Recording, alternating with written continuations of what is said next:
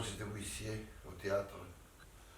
Je faisais le dernier tour de la journée.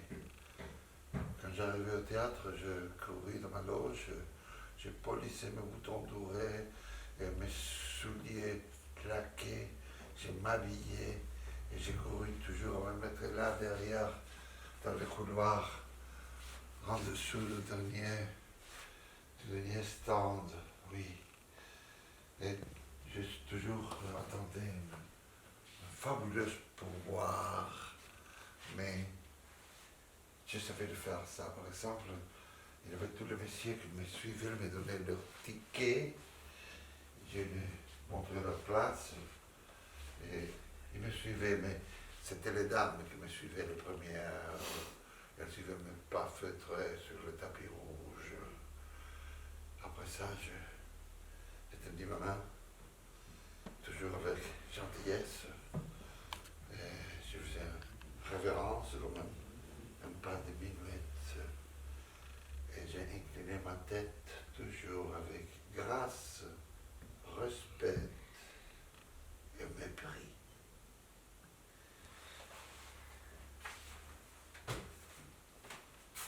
Il faut que je vous confie une chose. Moi, j'ai une lumière dans les yeux qui me permet de voir dans l'obscurité. C'est chose spéciale à moi, c'est seulement moi qui a ça. Une certaine lueur dans les yeux me permet de voir tout dans l'obscurité. Ne dites pas de me comprendre. Vous ne pouvez pas me comprendre. Vous ne connaissez pas une personne que peut voir dans l'obscurité. C'est impossible. Je suis le seul. Si vous ne me croyez pas, venez avec moi. Là derrière, j'ai une chambre. Cette chambre, je peux fermer la porte, éteindre la lumière, et vous mettez, c'est ce que vous savez dans votre poche, n'importe quoi. Vous le mettez sur une table, je vous dirai, c'est ce que c'est. Si vous ne me croyez pas, priez. C'est la seule chose que vous pouvez faire. Priez. Seigneur, Seigneur, que tu veux de moi, Seigneur? Laisse-moi tranquille, Seigneur. Quoi? Mais ne me dites pas ça, Seigneur. C'est pas ma faute à moi. Non, laissez-moi tranquille, ayez pitié de moi, Seigneur. C'est inutile que vous dites ça. Vous êtes impitoyable même, hein? Vous vous acharnez sur moi. Sur moi, je suis unique. Et vous vous acharnez sur moi. Savez-vous, j'étais déjà dans cette maison une autre fois. J'étais déjà dans cette maison où on m'aimait dans cette maison. Et Seigneur, si vous avez pitié de moi, remouez-moi la tête. Remouez-moi mon cerveau. Ouvrez-moi un fête sur la tête. Ouvrez-moi une fissure de la tête. Faites-moi un trou dans la tête, Seigneur.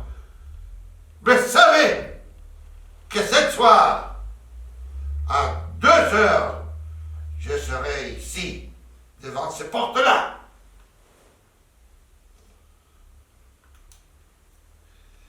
Après que je sortais du théâtre, moi, je travaillais comme serveur dans un grand restaurant, et j'ai joué le piano aussi.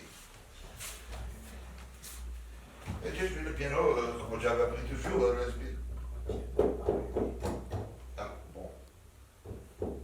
Piano.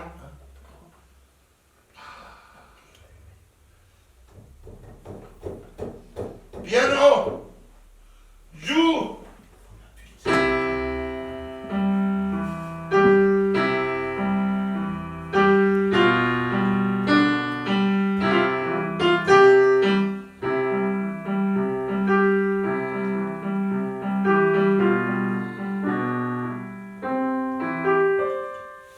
Un soir, après j'ai joué, un gros monsieur, un très gros monsieur avec une tête grosse comme ça, il a crié « Je meurs! Je meurs !»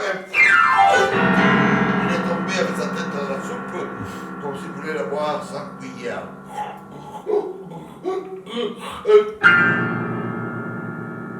Il était mort. Alors, tous les autres clients du restaurant, ils ont regardé dans leur assiette avec méfiance. Et tout le couvert avait laissé des cliquetés, oui. Alors après ça, on a entendu traîner les pattes des chaises et il y avait le personnel du restaurant qui amenait le cadavre de ce gros monsieur avec beaucoup de fatigue dans le vestiaire. Et quand le cadavre n'était pas encore froid, dit tout, tout le monde continuait à sourire, continuait à manger, et l'argenterie a commencé à picoter. Moi, j'ai joué mon étude.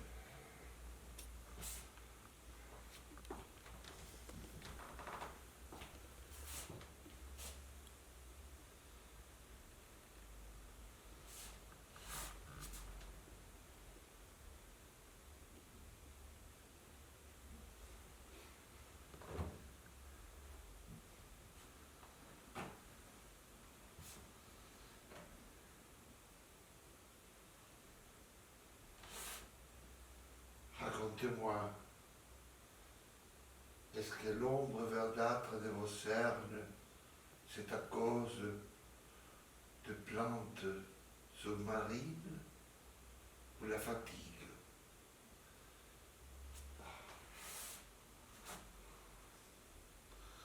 Embrassez-moi, madame, parce que ce soir, Marie va mourir. Vous ne savez pas quel plaisir c'est de vous raconter des choses que vous ne répéterez jamais. Vous êtes si silencieuse. C'est réconfortant de vous raconter des secrets de ma vie. Savez-vous, moi,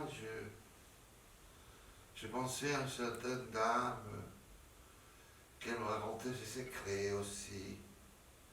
C'était des secrets très agréables, oui. Elle me disait des secrets inconfessables.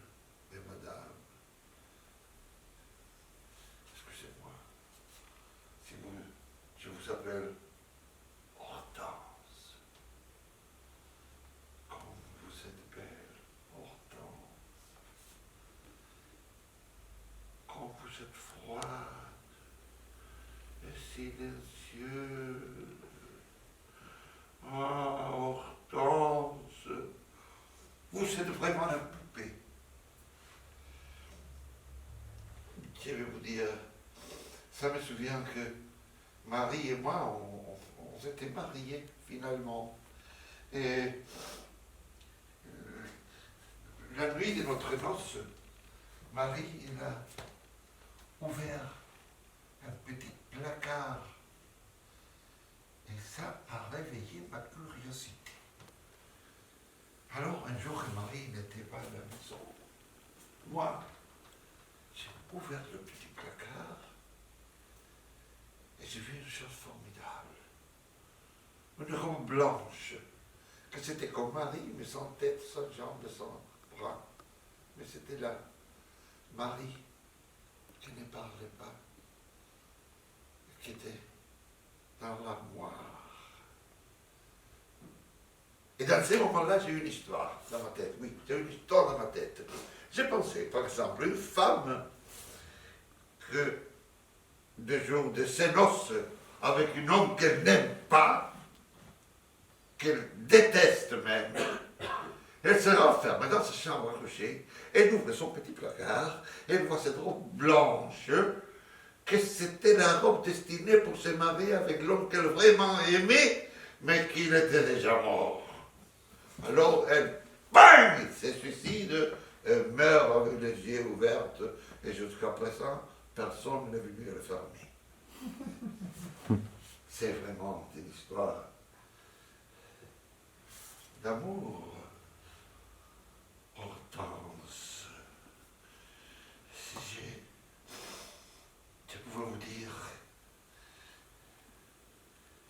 je pouvais vous dire que, est-ce que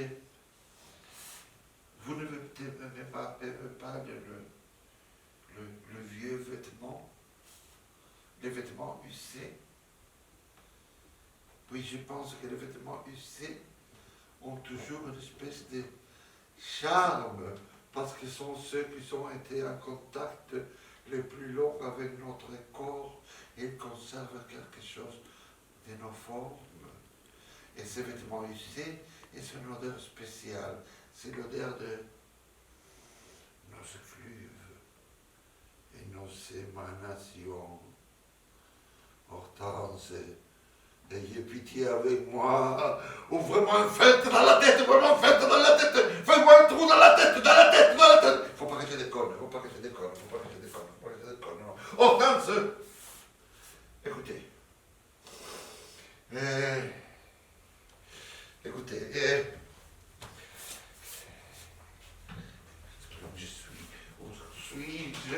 où suis-je? Oh, le vieux vêtement, je l'ai dit ça. Ah oui, vraiment, aujourd'hui, Hortense, j'ai écrit ce petit dialogue qui dit comme ça. Eh bien, dites-moi. Écoutez, je n'ai pensé à rien, hein. Je ne vous crois pas. Bon. Je vais vous le raconter, vous me croirez, je suis sûr. Ce que nous aimons le plus dans les choses, c'est les mystères. Avez-vous compris? C'est les mystères. Avez-vous compris? Ça change de trop de ma tête. Et lui, il est quelqu'un qui parle trop. Il dit tout. Et il ne laisse aucune place au mystère. Bon.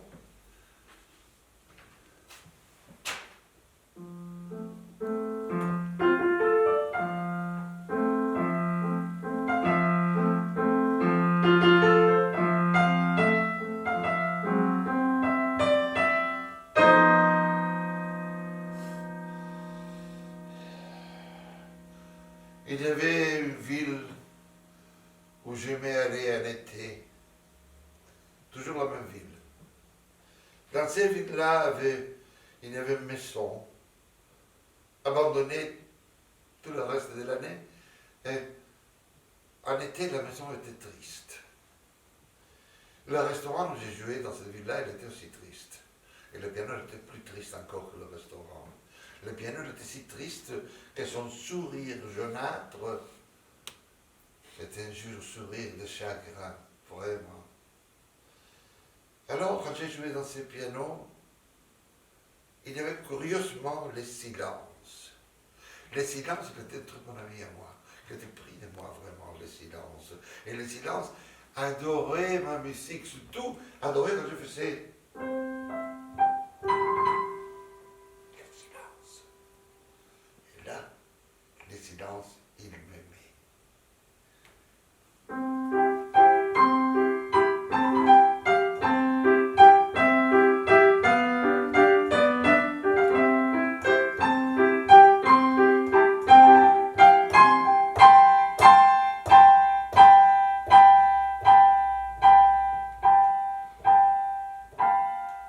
Un jour, après un de mes concerts, il y avait un vieux monsieur qui est venu me dire « Ah, vous savez, monsieur, j'adore votre musique, j'ai bien chaque soir, je me mets là derrière à la salle, personne ne me voit, je suis dans l'ombre, et je pense toujours, ah, si ma fille, elle voudrait vous écouter, elle adorerait votre musique, mais ma fille, elle ne peut pas venir. » Elle ne peut pas venir, non, elle n'est pas invalide, non, elle n'est pas, même pas invalide, elle n'est pas aveugle, elle n'est pas muette, elle n'est pas sourde, elle ne peut pas venir.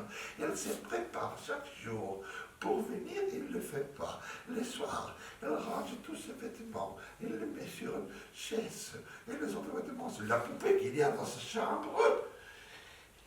Et le matin, elle se écœure, elle est si triste. Elle ne peut pas venir, elle cette prime, vous savez, dans sa chambre, dans ce coin de sa chambre, il y a une porte, et cette porte donne un balcon. C'est un balcon d'hiver. Même en été, c'est l'hiver. Toute l'année, c'est l'hiver dans les balcons. C'est le coin de la maison que ne change jamais des saisons. On l'appelle les balcons tristes d'hiver. Bon, ma fille, elle est obsédée avec ce balcon.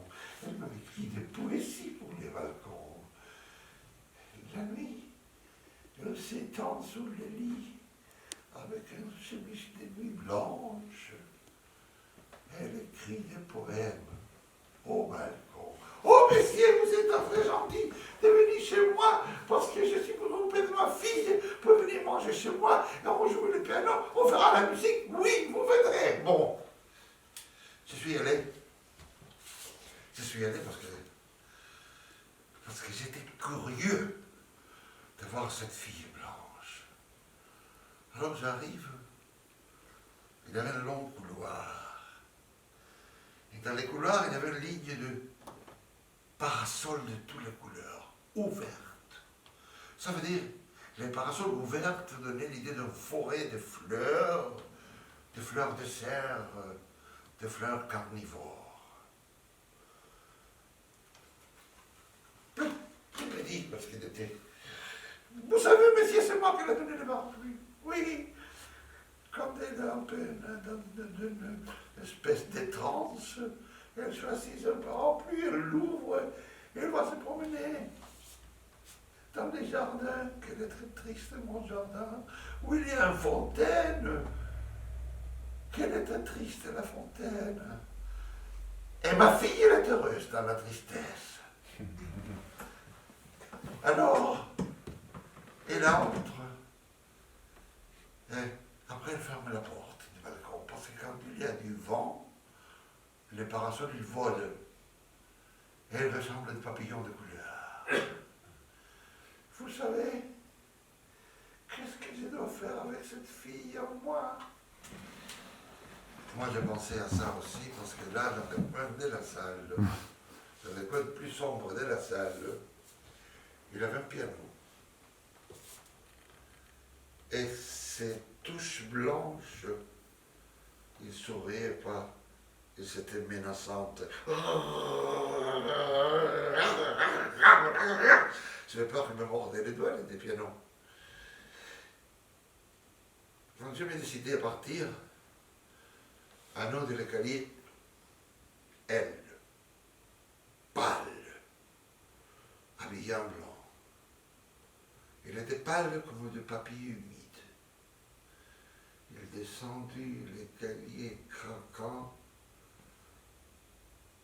Il pointe le balcon et il me dit, messieurs, ces balcons-là, c'est mon seul ami.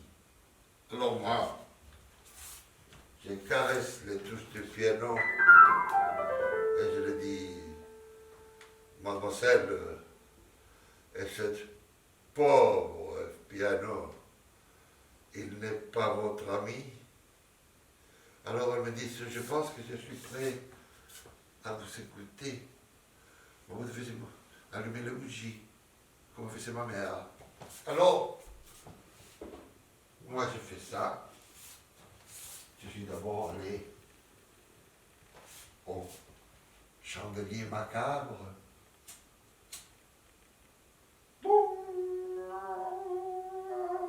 Ça sonnait une cloche quand j'allumais la première bougie.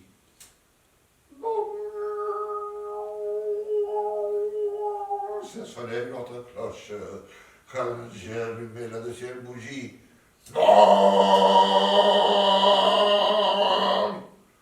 A crié un voix de crapaud quand j'ai allumé la troisième bougie. Alors j'ai dit, je vais inventer une musique, un corde pour chaque lueur des chandelles. Et j'ai fait.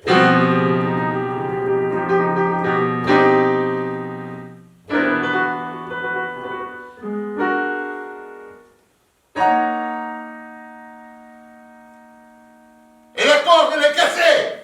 Elle a crié. Ah! Elle est tombée.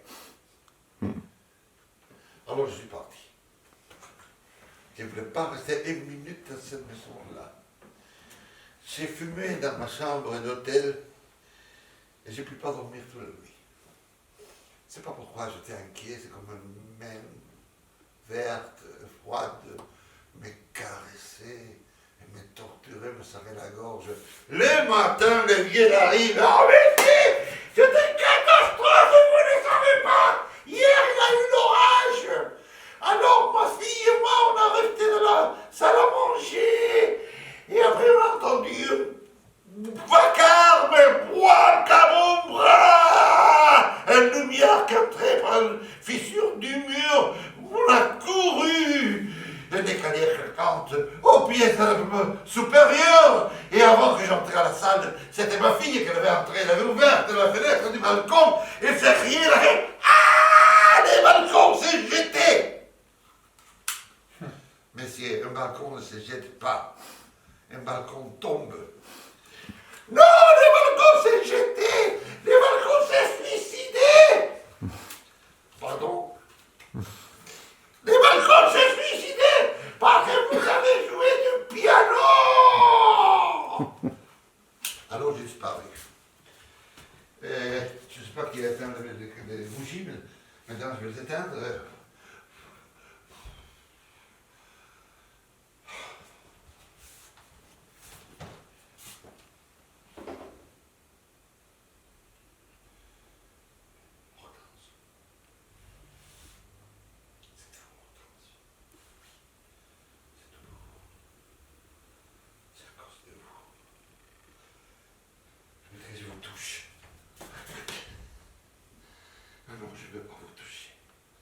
Je ne veux pas vous toucher.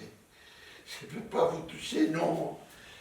Je vous toucherai avec la main de la justice.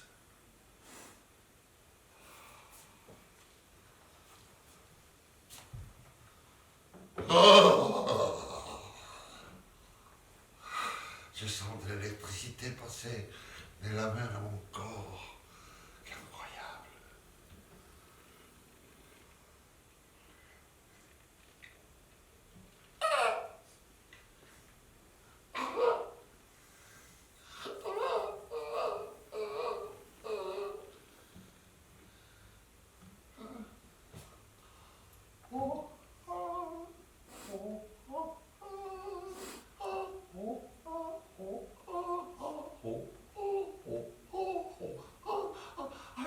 Célestial, Hortense.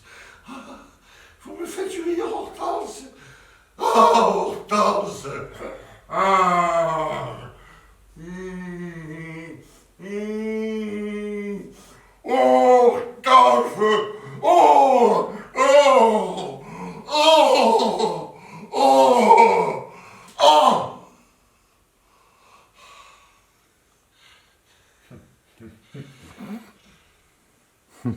Je suis hors moi. Faut pas déconner, faut pas déconner. Faut pas déconner, où suis-je? Où suis-je? Suis-je au moment de la poésie? Où suis-je? Ça, je l'ai dit ça. Et ça, je l'ai dit aussi. Et ce balcon, c'est déjà tombé. Et oui, oui, ça c'est bon, je ne l'ai pas dit ça. Oh, qu'est-ce que c'est ça? Un cercueil, un piano, ou l'ombre d'un piano, oui. Oh, oh. Tout c'est ça parce que jusqu'à maintenant, je n'avais pas fait mon début dans une salle de théâtre. J'étais encore frustré, alors j'ai pensé, oh, il faut confronter la vérité, il faut se présenter au public, il faut jouer. Alors ces nuits-là, j'ai pas bien dormi. J'ai dû jouer jusqu'à tard au bar, après on a bu de l'absinthe, et après on a fumé, et on a fait des choses un peu étranges. J'étais sueur froide dans ma tête, j'ai transpiré toute la nuit. Alors le matin, j'ai décidé d'aller au théâtre.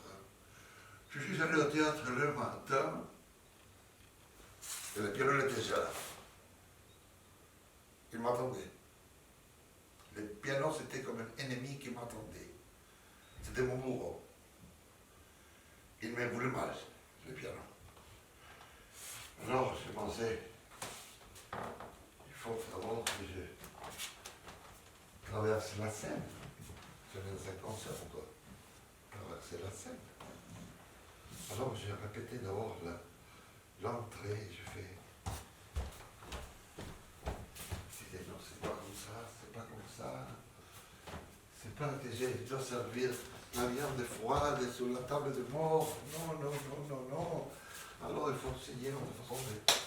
Concentre-toi, concentre-toi, concentre-toi. Je vais les draguer. Alors, piano. Tu es beau, piano. Piano.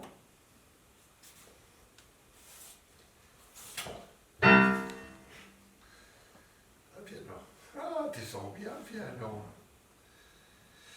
Il ne me répond pas. C'est un piano, c'est l'ombre d'un piano. C'est une idée du piano.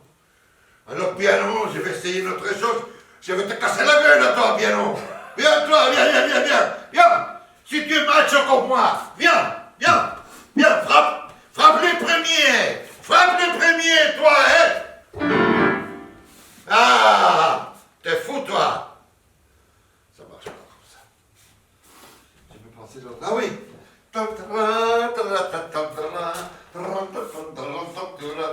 Ole piano, ole, ole, ole, hey, piano, ole toro, hey, piano, hey, piano,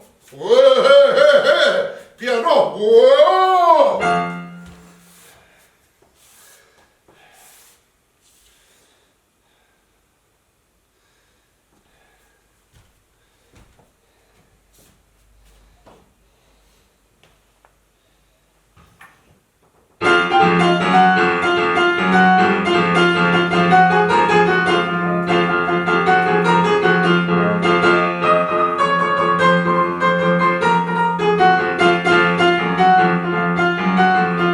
j'aurai un point noir.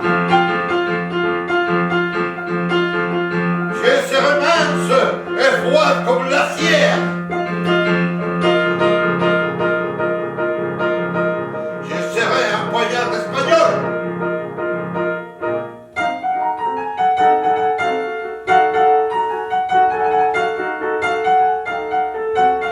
Vous danserez lentement. Vous porterez vos mains sur vos hanches. Vous me prendrez entre vos dents. Vous me serrerez dans votre main nerveuse. Vous me garderez dans votre poitrine froide. Ah, vous aimerez beaucoup votre étrange ami, c'est moi. J'ai recevrai sur mes bords le fluide, vos nerfs.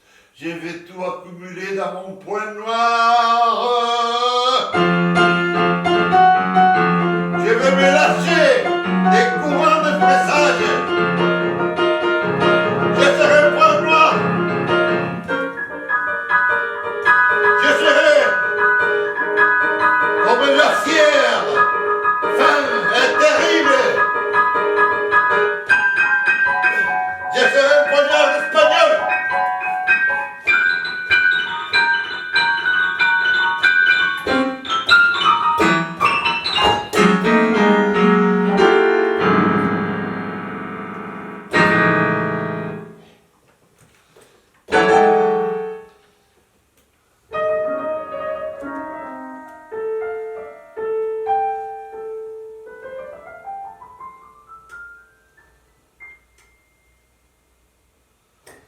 Maintenant, je dois répéter les 5 minutes. On est comme ça.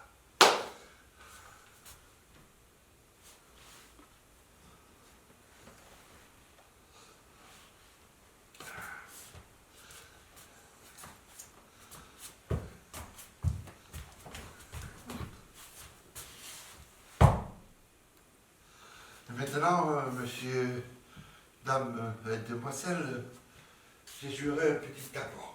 Quand je reviens. Quiero emborrachar mi corazón para pagar lo poco que más que amor es un sufrir. Y aquí vengo para eso, a borrar antiguos besos en los besos de otra boca. Si este amor fue amor de un día, porque causa siempre mía esta cruel preocupación. Quiero por los dos mi boca alzar para después poder brindar por los fracasos del amor. Nostalgia de sentir tu risa loca y sentir junto a mi boca como un fuego tu respiración. Angustia de sentirme abandonado y saber que otro a tu lado pronto le hablará de amor. Hermano, yo no quiero rebajarme, ni pedirle, ni llorarle, ni decirle que no puedo más vivir. Desde mi triste soledad veré caer las rosas muertas de mi juventud. Est-ce que vous pensez que je ne peux pas jouer le piano? Est-ce que vous réellement vous vous moquez de moi? Vous ne savez pas que j'ai étudié toute ma vie les pianos pour faire ce concert miteux que je viens de faire ce soir? Non, je sais. Je comprends. Il y a des gens dans la salle qui pensent comment c'est possible qu'un joueur de piano d'un restaurant vienne jouer sur la scène. Mais non! Vous devez savoir que dans ce pays, le problème c'est plus profond que ça. Ça vient de la base, de la racine de la société. Le problème dans ce pays, c'est qu'un grand pianiste qui joue dans des salles de concert du monde, dans ce pays miteux, doit alors jouer dans un petit restaurant de quartier pour gagner des petits sous comme ça, comme moi. Et je n'ai pas de rancune ni vengeance. Oui. C'est pas ça. Le problème, c'est ce que peut-être je suis l'ombre de musiciste. Et je suis l'ombre de mes-mêmes.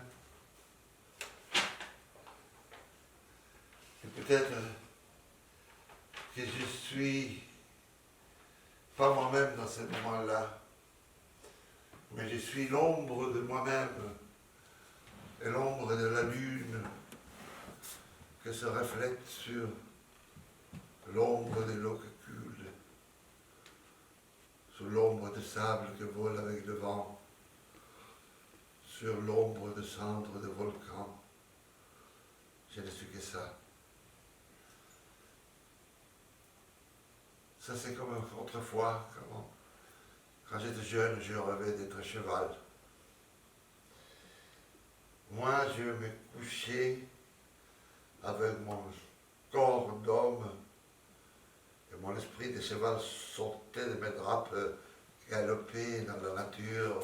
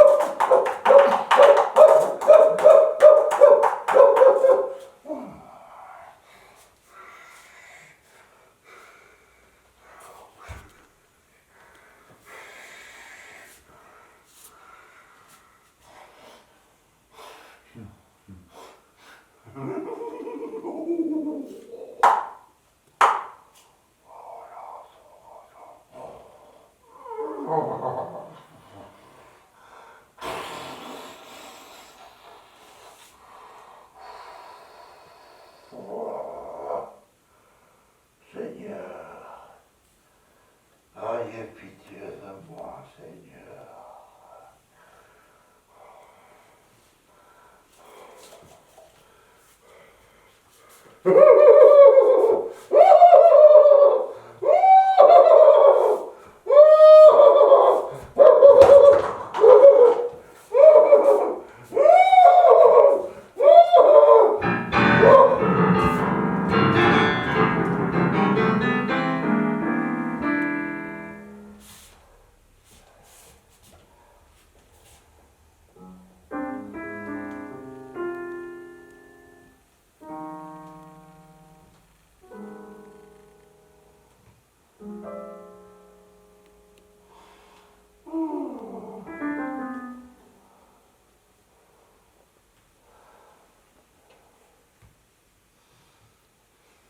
la nuit. J'ai couru dans la campagne. La lune projetait mon ombre sur la terre. Et j'ai marché, l'ombre me suivait, toujours. Il y avait des fois que j'ai regardé lointain, il y avait les sabres qui venaient vers moi.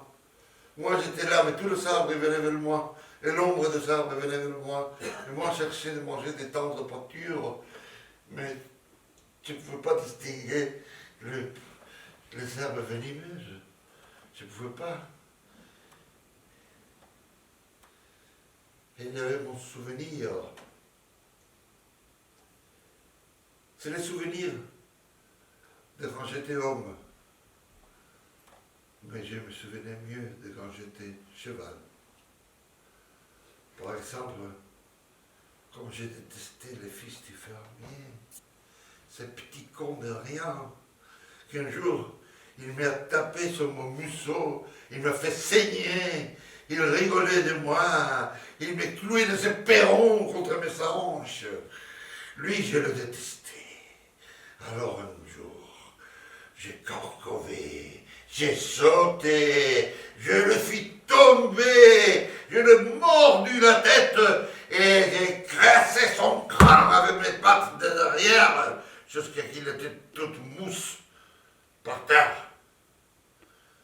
Mais j'ai pas de repentance parce que les animaux ne pensent pas.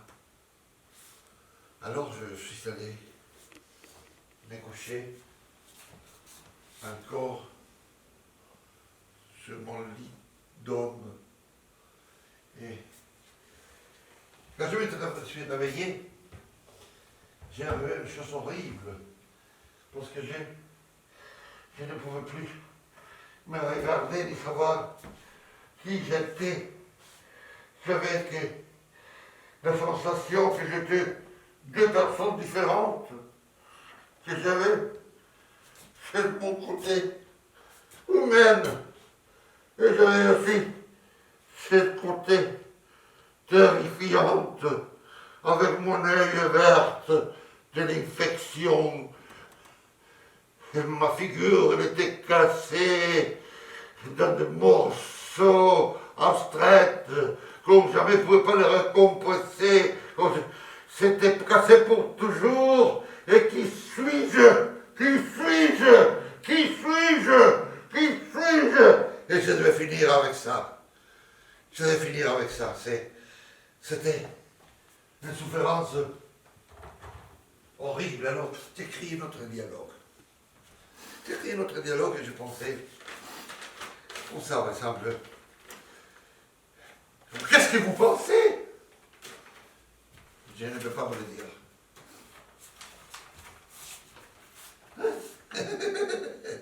Mais ça, c'est la première fois dans notre relation que vous me dites que vous ne pouvez pas me dire quelque chose. Hein? Bon, j'ai la raison à moi.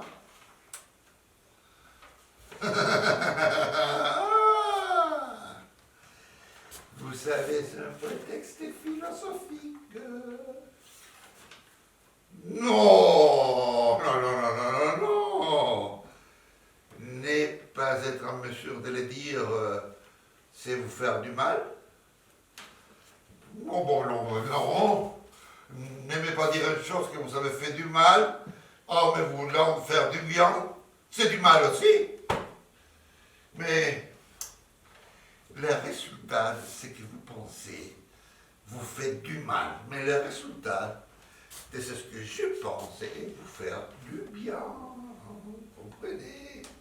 Eh bien, si c'est ça comme ça, et vous le dites, expliquez-vous à Maria, parce qu'elle ne sera pas contente de savoir que vous faites quelque chose que ce n'est pas du bien, mais que c'est même du mal. Hein? Alors, bien, je l'expliquerai. Vous savez, je l'expliquerai. Et vous calculerez qu'elle vous le dira plus tard, mais j'ai mes armes à moi, que sera plus facile pour moi de découvrir qu'elle vous racontait c'est ce que je fais du bien en vous faisant croire que je fais du mal. Mais comment pouvez-vous anticiper? C'est ce qu'elle va me dire. Peut-être. En arrivant dans ce moment-là, j'ai un petit problème, je pense, parce que c'est le problème de tous les artistes, vous savez. C'est comment finir. Et je suis obligé, je suis trahi pour moi-même pour dire comment je fais mes histoires. Bon, je vais recourir à des explications qui sont hors toute logique et toute histoire. Je n'ai jamais abandonné l'écriture, pas un jour de ma vie. Mais toutes les histoires que j'écris sont laissées inachevées. Je déteste créer un fin pour mes histoires. Je laisse ça à mes éditeurs. Je vous dis la vérité parce que c'est insupportable de conclure une histoire. C'est comment conclure une relation amoureuse. Alors ici, j'ai plusieurs options pour me croire qu'il n'y a pas d'ordre pour ça. Qu'est-ce que vous préférez? C'est ça, c'est ça. J'ai des options partout parce que... Oui, on demanderait ça. Oui, par exemple, mes histoires sont tout à fait naturelles, oui, dans le sens que dans mes histoires, il n'intervient pas la conscience, non, et ça sera désagréable pour moi quand il intervient la conscience.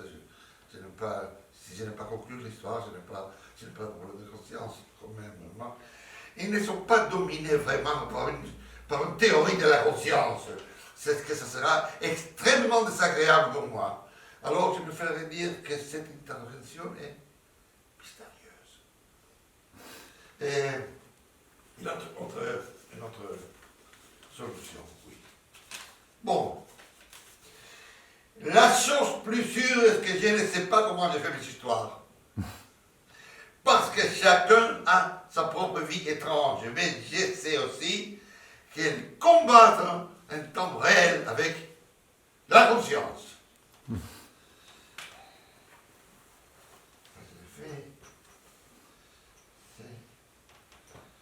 C'est vrai, ils ne sont pas piégés, c'est...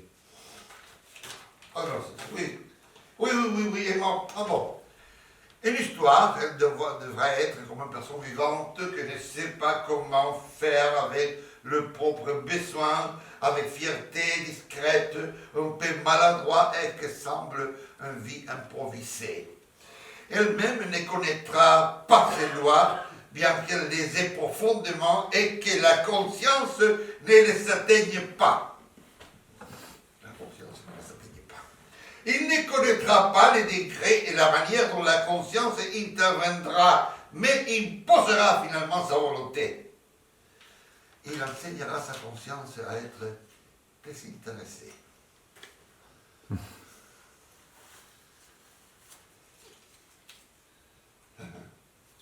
Les histoires n'ont pas de structure logique.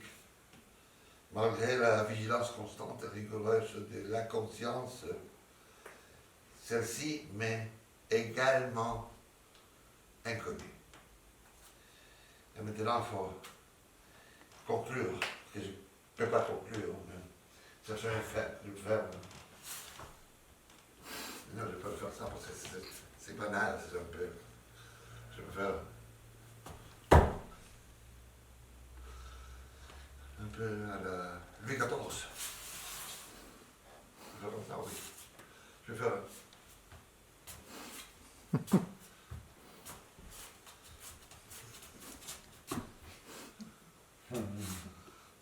C'est ridicule ça.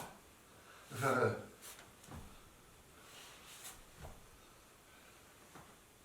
Je vais faire un peu indifférente, comme un chanteur moderne. Je vais faire Alors,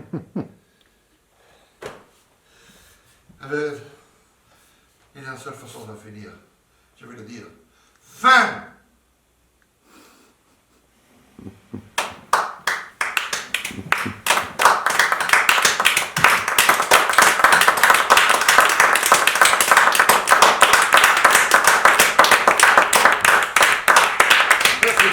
Bravo. Merci. Bravo.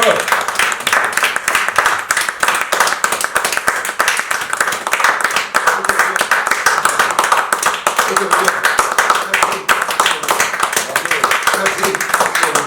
Bravo. Le concert va être